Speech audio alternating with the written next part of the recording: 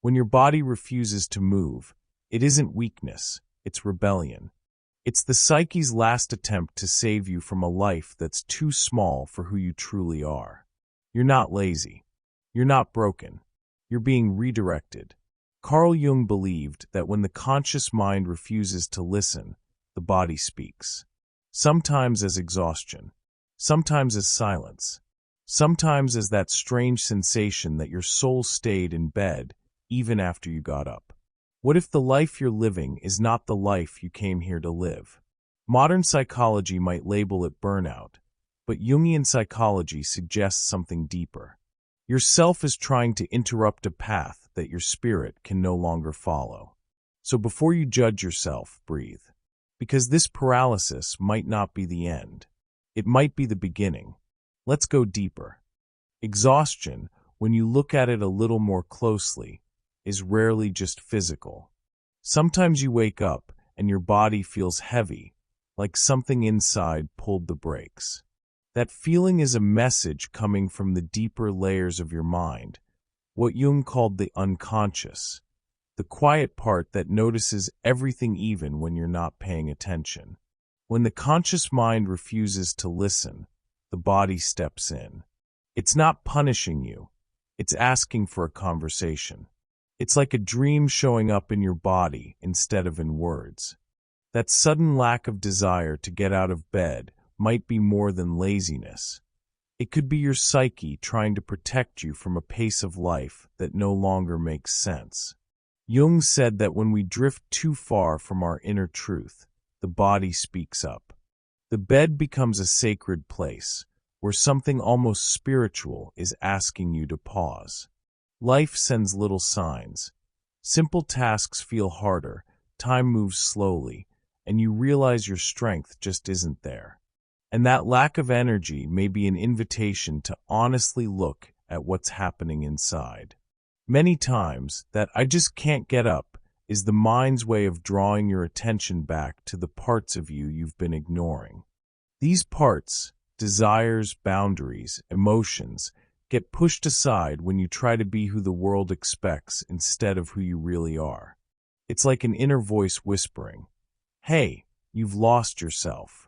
When you ignore that voice for too long, the weight shows up. It's no coincidence. The soul speaks through energy, or the lack of it. And even though it's uncomfortable, that pause is a chance to meet yourself again. Maybe you've been there before. Getting up felt impossible, even though nothing physically hurt. Inside, there was just a strange silence, like nothing was calling you outward. With time, you realized it wasn't weakness, it was a request. A request to listen to your feelings, your dreams, your limits. Small actions can help. Writing about what you feel in the morning, taking a short walk just to breathe, reading something that nourishes your mind. Maybe a book that helps you explore the meaning of life, like Man and His Symbols. Not as a chore, but as a way to come back to yourself. When you honor that inner request, something starts to shift. You begin to notice small signs, meaningful coincidences, unexpected insights. It's like life finds new ways to speak to you. And although it's strange to be forced to stop, many people find that this is when something important begins to take shape. This stillness can become the incubator of a new path. Because deep down, there's a question trying to surface. Could your exhaustion be carrying the weight of a life you haven't lived yet? You can get out of bed, but soon you notice your strength just disappears into thin air. It's like the body turns on, but never shifts into gear. The day goes by on autopilot. You shower, get dressed, maybe even smile at someone, but inside, it feels like nothing has really started. This strange feeling, being awake on the outside but shut down on the inside, usually shows up when the life you're living doesn't match who you truly are. Jung said that when we drift away from the self, our vital source, the body starts to protest. In this state, the body does the bare minimum, just enough to keep you functioning. But anything that requires intention, creation, initiative, courage, feels far away. Modern psychology calls this functional apathy. You do things, but you don't feel them. You're alive, but not moving inside. It's the kind of exhaustion that doesn't go away with sleep, vacations, or coffee. Because the root isn't in the body, it's in meaning. When purpose is missing, energy leaks out. The soul withdraws. And if we keep ignoring it, the body steps in and pulls the brakes to protect what matters most. Jung saw this as a conflict between persona and self. The persona is the role you play in the world: professional, caretaker, student, friend. It's useful, of course. But when that role takes over the whole stage and the self, your essence, has no room to express itself, exhaustion appears. You get up, but you don't move forward. In our modern world, this happens all the time. We work to meet expectations, to do well, to be someone. But when what you do doesn't align with who you are, the body feels it before the mind understands. It cuts your energy to stop you from betraying yourself. Technology intensifies this conflict. It's easy to live your whole life looking outward, following models pushed by social media, comparing your life to hundreds of others. That constant bombardment creates inner dissociation. You're here, but your attention lives somewhere else. There's always another goal, another trend, another reference. And the mind, overwhelmed, can't distinguish what belongs to you and what comes from the world. That overload hits the body. Its basic functions switch to energy-saving mode. You move, but without spirit. Neuroscience explains this lack of energy as a collapse of intrinsic motivation. When the brain is flooded with too much stimulation and disconnected from inner desires, it lowers dopamine, the molecule of initiative. It's not about lack of discipline, it's about lack of alignment. When your actions don't speak to your heart, the brain won't release the energy to support them. That's why even simple tasks feel impossible. Answering messages, making decisions, planning your day. The body knows that without meaning, any movement is a waste. This empty motion can show up after years spent trying to please, fulfill obligations, or maintain an image. When that happens, the self starts calling, not with words, but with symptoms. No energy, no motivation, a sense of disconnection. And the soul tries to guide you back to your path through this quiet collapse. Small practices can help you reconnect. Walking without a destination, noticing what sparks curiosity, revisiting activities that once brought joy, cooking, reading topics that move you, writing about your desires without filtering anything. With time, you begin to see that this inability to act isn't incompetence, it's the body's wisdom. It's trying to stop you from investing energy in a direction that doesn't honor who you are. It's like it's saying, you can walk, just not that way. This forced pause is a border, a doorway, a threshold between the familiar and the true. And sometimes the next step isn't outward, it's inward. Because in the darkness of the life you haven't lived, there's something waiting to be seen. Something that's been hidden for so long, and is finally beginning to move. At first, it's almost unnoticeable, just discomfort, a sense that something inside is stuck. This block doesn't come out of nowhere. It comes from the parts of you that were pushed into the dark over the years. Feelings you weren't allowed to feel, desires you couldn't follow, dreams you buried because they seemed too big. Jung called this inner territory the shadow. It's not an enemy. It's simply everything you haven't fully recognized in yourself yet. When the shadow wants to speak, it rarely uses words. It works quietly, and it acts through the body. Apathy shows up. Boredom becomes constant. You do the basics, but feel trapped in a gray reality. Nothing inspires. Nothing pushes. It's like trying to run through quicksand. The shadow isn't trying to sabotage you. It's asking for attention. It's asking you to stop running from what you actually feel. I can't often means I can't keep ignoring important parts of myself. Freud would call this repression, when emotions, desires, or memories get pushed to the back because they feel too big to face. But nothing truly disappears, it just changes form. What can't be spoken comes out through the body, like a folded note left on your skin. A sore throat that won't go away can reflect what you can't say. Earaches or headaches can show up when you've been listening too much to things you don't want to hear. A tight stomach appears when you swallow heavy emotions without digesting them. Modern medicine calls this psychosomatic, the body telling the truth the mind tries to hide. And holding all this takes a huge amount of energy. It's like trying to keep a door shut while the wind is pushing from the other side. That's why you get up, but don't move. Most of your strength is being used to keep what hurts from surfacing. The greater the inner tension, the more the body tries to protect you, slowing down, stopping, almost as if saying, "Please listen to me." Doing shadow work isn't about judging these parts, but welcoming them. It's about bringing light to what was hidden. You can start small, write about what bothers you, notice what triggers anger or shame, pay attention to who you envy and why, recognize emotional triggers. These observations are maps. Jung believed that what we avoid often holds exactly what we need to grow. Therapy, honest conversations, art, spirituality, all of these can help open that inner dialogue. You don't need to solve everything at once. You just need to begin. Little by little, you realize the shadow holds precious resources. Anger can reveal boundaries. Sadness can point to what you miss. Fear can show you deep desires. When you allow yourself to feel instead of just function, your energy starts to flow again. Life doesn't become instantly light, but you're no longer frozen. The paralysis begins to dissolve because the shadow finally had a voice. And once it speaks, another truth reveals itself. Sometimes the inner block isn't emotional, it's physiological. And the body has its own mechanisms for dealing with what the psyche can't carry. When what's inside becomes too heavy to carry, the body changes its stance. It stops pushing you forward, and without asking permission, it freezes.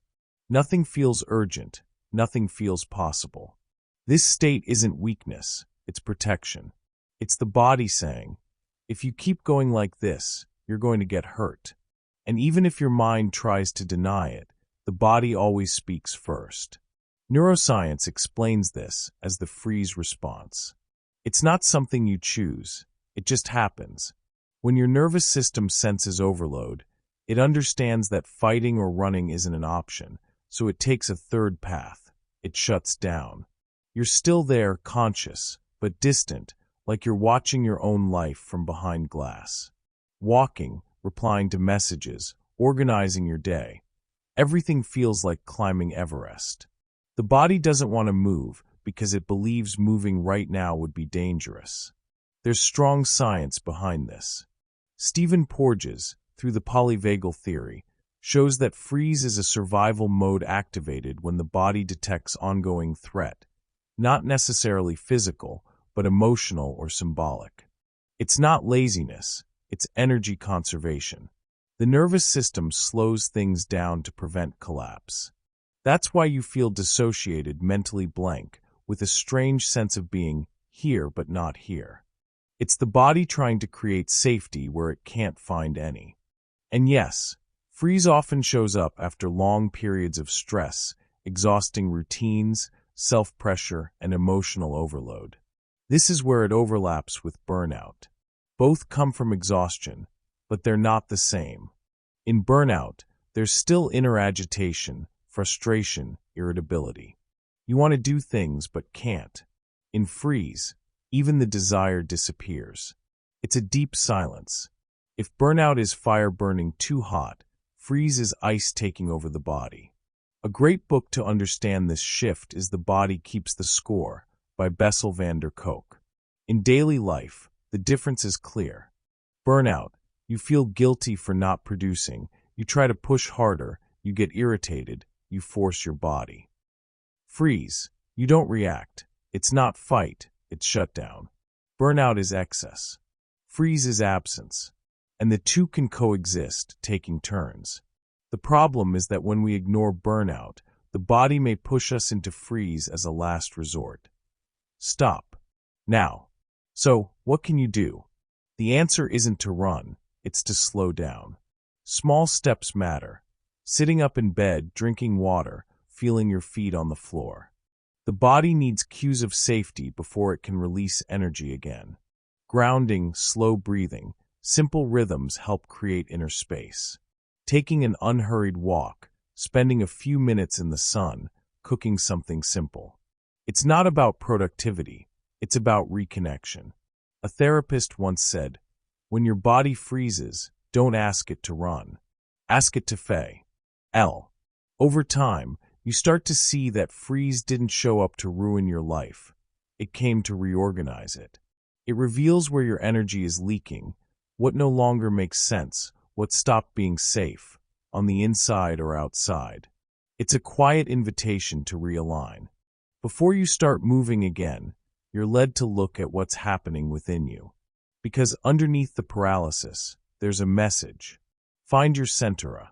Gain. But that reunion doesn't happen by speeding up.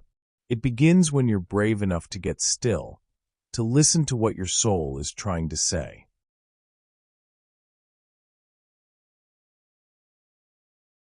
When you reach this point, where getting out of bed is possible, but moving forward feels impossible, something very deep begins to shift inside. It's as if a quiet force is saying, "This isn't the moment to go outward, it's time to go inward." This is the call for inner realignment. It doesn't arrive with big speeches or instant clarity.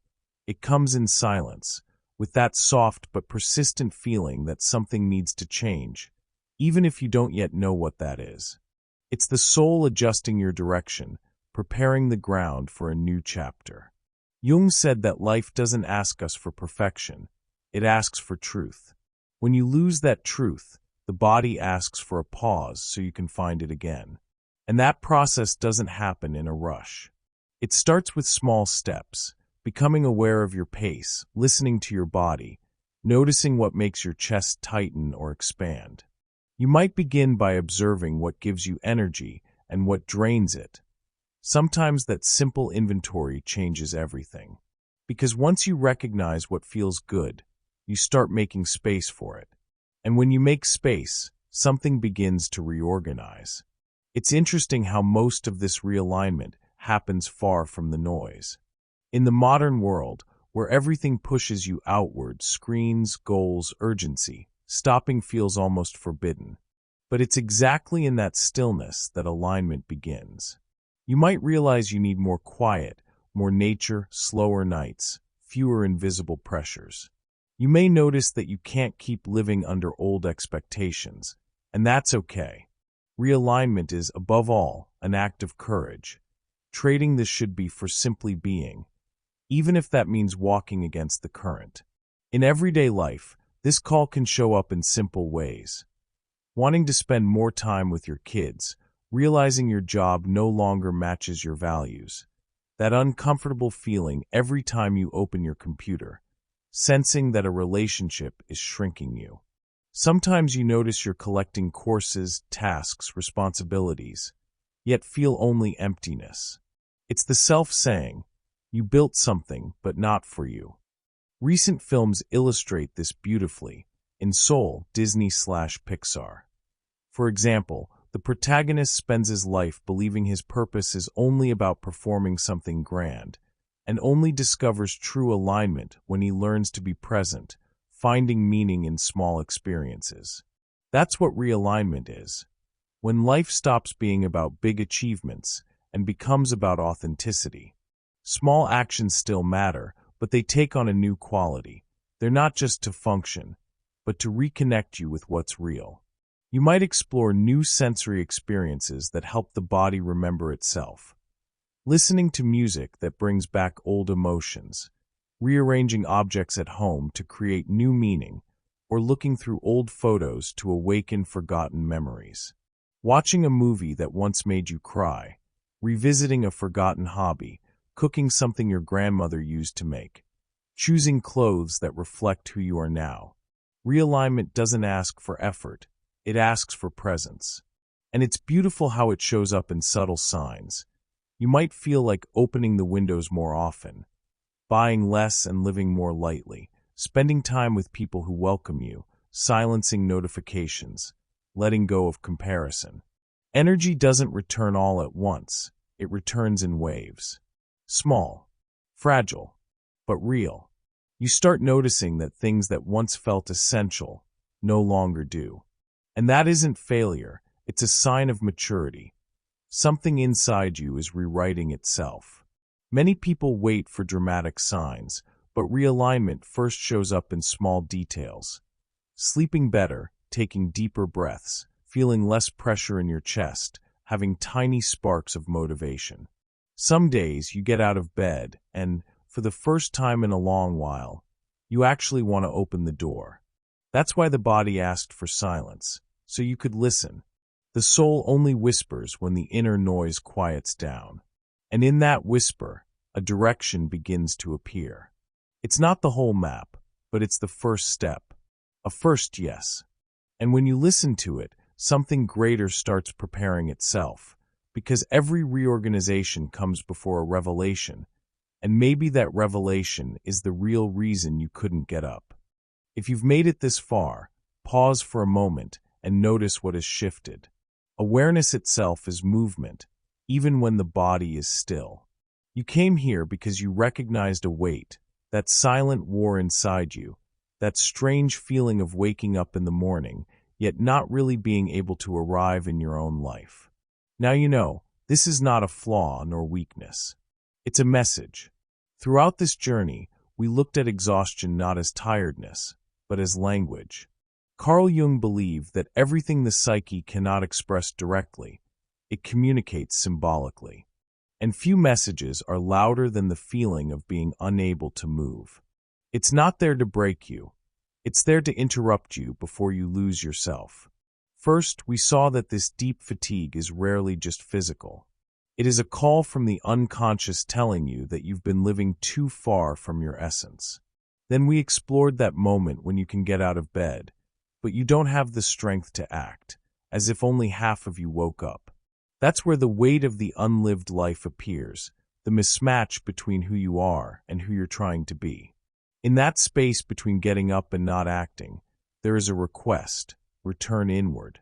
We then entered the shadow, that collection of emotions, impulses, desires, and pains you learned to hide in order to survive. Jung didn't see the shadow as an enemy. He saw it as the doorway to wholeness. And when ignored for too long, it doesn't disappear. It simply finds other ways to manifest: apathy, boredom, lack of motivation, diffuse frustration, a sense of emptiness. Freud would call part of this repression what we push down because we can't face directly. But nothing you repress disappears. It seeps into the body. Your throat burns when you silence yourself too much. Your head aches when you listen to what you don't want to hear. Your stomach tightens when you swallow what you can't emotionally digest. These psychosomatic symptoms are not betrayal. They are truths asking to be seen. They're folded notes the body tucks into your skin when the mind refuses to read. We then moved into the freeze state, psychological freezing. When your energy drops below a certain limit, the body switches to protection mode. Stephen Porges, in polyvagal theory, explains that when fight or flight are not options, the body chooses to stop. Not out of weakness, but out of intelligence. It's an attempt to preserve what's left. We differentiated this from burnout. In burnout, there is still internal movement, a wanting without being able. In freeze, there is silence, a not wanting that comes from total shutdown. One is fire, the other is ice. But in all these stages, something larger was happening, a call to realignment. Not a dramatic realignment full of impossible promises, but a return to your soul's natural rhythm. This movement begins small, almost imperceptibly. First, you notice what expands or contracts you.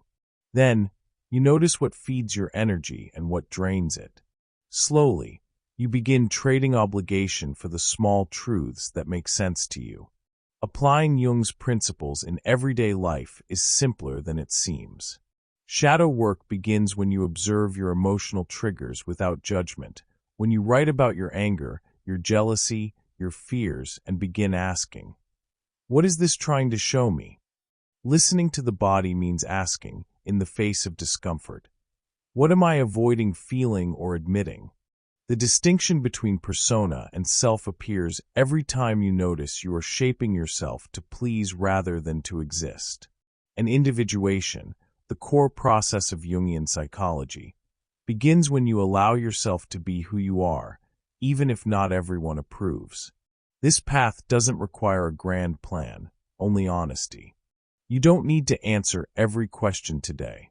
You don't need to overhaul your entire life at once.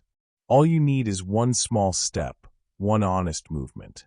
Maybe it means admitting something to yourself, closing a cycle, returning to an old dream, or simply choosing to silence external noise long enough to hear your own voice. So instead of asking, why is this happening to me? Perhaps the truest question is, what will I do with this awareness? Will you keep walking away from yourself because it's easier, or will you allow this moment to be an entryway into a more honest life? The truth is that the pain of being disconnected from yourself is greater than any effort required to return home. If nothing changes, nothing changes. But if just one thing shifts, a thought, a habit, a small yes, your entire path can take a new direction.